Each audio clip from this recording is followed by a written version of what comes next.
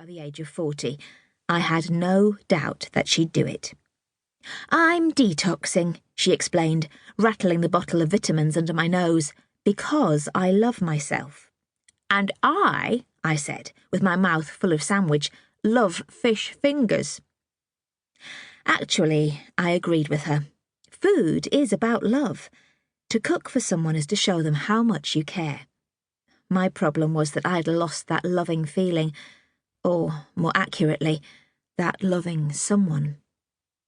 "How's the project going?" She sat down and read the document open on my laptop. "Need any help?" Spending all day working might not be everyone's ideal Sunday, but it had provided the perfect distraction from the sadness of today's date, which I wasn't ready to tackle yet. Besides, tomorrow's meeting was unusually important.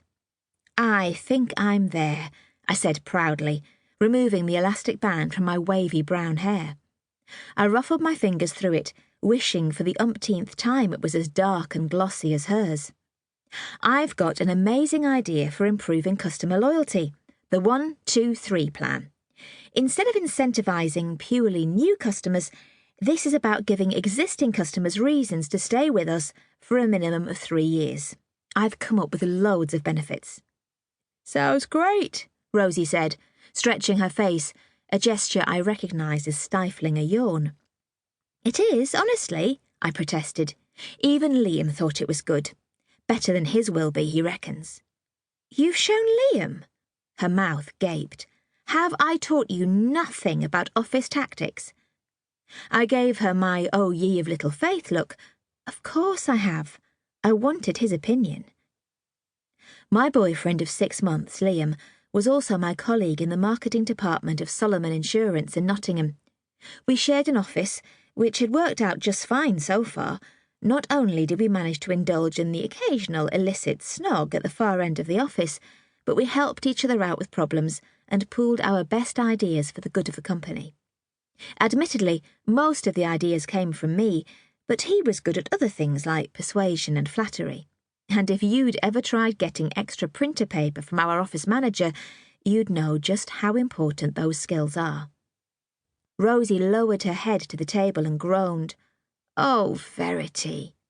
Look, I know you want me to fight tooth and nail for this job, but that's just not me," I said with a laugh, laying my hand over hers. A few weeks ago, Solomon's had been bought out by an American company which had sent in a man with a hatchet to trim the fat from our friendly little firm. His name was Rod Newman. He didn't talk, he yelled. He didn't listen, he yelled. And he had the attention span of a goldfish. So far, 3 people from accounts, 5 from sales, and 2 from personnel had been deemed to be fat and had disappeared the very same day. Tomorrow it was marketing's turn to display our leanness.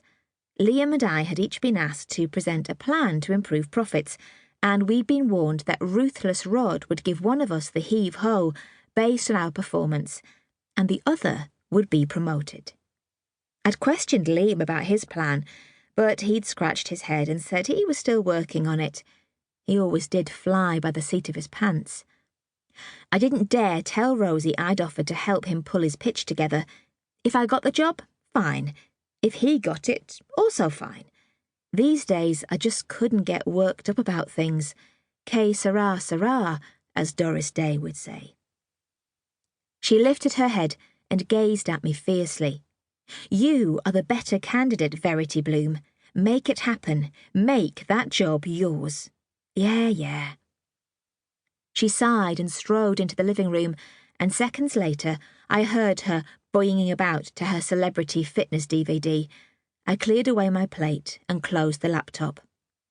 It was time for the Bluebell walk with Gabe and Noah. 5 minutes later, I'd twisted my hair into a messy bun, added a smudge of eyeliner to my green eyes, and shoved gifts of a bottle of real ale and a chocolate dinosaur in my bag. I said goodbye to a puffing and sweaty Rosie and was about to slam the front door when I remembered something I'd almost certainly need. Tissues, I muttered under my breath as I bent down to rummage through my half of the bathroom cupboard, pushing aside bottles of conditioner.